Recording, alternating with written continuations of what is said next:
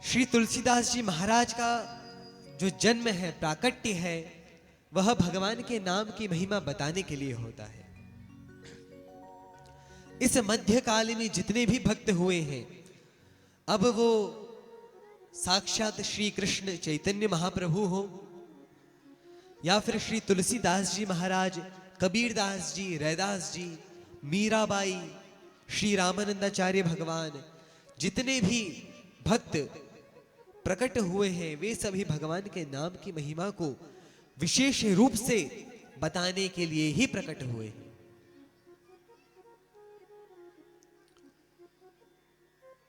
अब श्री तुलसीदास जी महाराज किस लीला के माध्यम से इस संसार में आते हैं, वह हम हनुमान जी के प्रसंग में बाद में विस्तार से श्रवण करेंगे। अभी अधिक समय नहीं है, इसीलिए तुलसीदास जी महाराज के जीवन को संक्षिप्त में श्रवण करके हम प्रारंभ के जो मंगलाचरण के श्लोक हैं उनका रसास्वादन करते हैं। आप सभी पूरे ध्यान से सुने, क्योंकि प्रमादेन हतः श्रुतम, यदि हम प्रमाद की अवस्था में कुछ भी सुनते हैं तो वह नष्ट हो जाता है, बाद तक हमें याद नहीं रहता। और हमें तो मरते समय तक, मरते दम तक भगवान की कथाएं, भगवान का नाम याद रखना है, क्योंकि यही हमारे जीवन का लक्ष्य है। अंते नारायण स्मृति ही। श्री तुलसीदास जी महाराज का जन्म एक ब्राह्मण विप्र परिवार में होता है। उनके पूज्य पिताश्री ज्योतिषी थे, पंडित थे। तुलसीदास जी के जन्म से ही 32 दांत थे और उन्हें गलत समझ के कि यह अच्छा नहीं है, यह बालक हमारे लिए, उनके पिताजी उन्हें घर से निकाल देते हैं। जन्म के कुछ समय पश्चात ही उनकी माताजी की मृत्यु हो जाती है, लेकिन मृत्यु से पहले उनकी माताजी, जिनका नाम है हुलसी, तुलसीदास जी की माताजी हुलसी अपनी दासी चुनिया से कहती है कि इस बालक का ध्यान रखना। और जन्म लेने से ही, जैसे ही जन्म लिया तभी पहला शब्द तुलसीदास जी ने राम कहा, इसीलिए उनका नाम ही पड़ गया राम बोला। तुलसीदास जी ने जन्म लेते से ही राम बोला तो उनका नाम पड़ गया राम बोला। अब तुलसीदास जी को पिता ने तो घर से निकाल दिया, माता की मृत्यु हो गई। अब दासी चुनिया के घर पे 2-3 वर्ष तक तुलसीदास जी का उस बालक राम बोला का पालन पोषण होता है, लेकिन भगवान की ऐसी माया कि उस दासी चुनिया का भी भगवत धाम प्रयाण हो जाता है। उसके बाद तुलसीदास जी भौतिक रूप से अनाथ हो जाते हैं, और जो इस संसार में अनाथ हो जाता है उसके स्वामी स्वयं श्री रघुनाथ जी, श्री रामचंद्र भगवान स्वयं भगवान बन जाते हैं।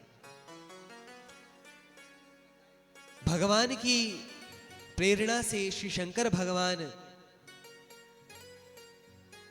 5 वर्ष की आयु से ही राम बोला बालक पे कृपा करते हैं। पार्वती जी प्रतिदिन बालक राम बोला को भोजन कराने आती, और राम बोला ने अपनी मां के रूप में श्री पार्वती मैया को ही देखा है। फिर जब उनकी आयु 5 वर्ष की हो गई, तब शंकर भगवान ने प्रेरणा देकर के एक संत को कह करके, जो कि श्री रामानंदाचार्य जी के शिष्य थे, श्री नरहरियानंद जी, उनको भेजते हैं कि आप जाइए, यहां पे राम बोला नाम का एक बालक है, वह मेरे नाम का स्मरण कर रहा है, आप अब उसका पालन पोषण करिए और उसे राम नाम की दीक्षा दीजिए, उसे ब्रह्म संबंध प्रदान करिए। तो नरहरियानंद जी आते हैं और श्री राम बोला जो बालक था उसे अपने साथ ले जाते हैं, भगवान के विषय में बताते हैं, ब्रह्म संबंध दीक्षा देते हैं। और जैसे तुलसी सभी का कल्याण करती है, तुलसी सभी का कल्याण करती है, उसी प्रकार से तुम भी सभी का कल्याण करोगे, यह कहकर के उनका नाम रख देते हैं तुलसीदास। बोलिए तुलसीदास जी महाराज की जय। अब जो तुलसीदास जी महाराज हैं, वो भगवान की कथा लीला सुनते हैं अपने गुरु के मुख से, संस्कृत पढ़ते हैं, फिर भगवान की माया के माध्यम से और तुलसीदास जी की लीला के माध्यम से एक ब्राह्मण की पुत्री के साथ उनका विवाह होता है। उनका विवाह के पश्चात उसमें मोह हो जाता है, लेकिन एक घटना से उनका मोह भंग हो जाता है और वो विरक्त वेश धारण करके केवल और केवल भगवान के हो जाते हैं। तुलसीदास जी भगवान के हो जाते हैं। भैया वास्तविक आनंद तो भगवान की शरण में ही है। अथवा इस संसार में भले ही हम किसी भी पद पे, किसी भी स्थान पे पहुंच जाएं, वहां वह सुख नहीं है। हम कितने ही लोगों के स्वामी बन जाएं, उसमें वह सुख नहीं है जो भगवान का और भगवान के भक्तों का सेवक बनने में है।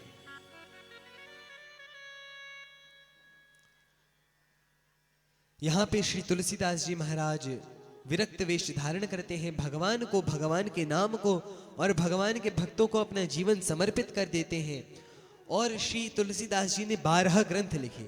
कितने? 12 ग्रंथ।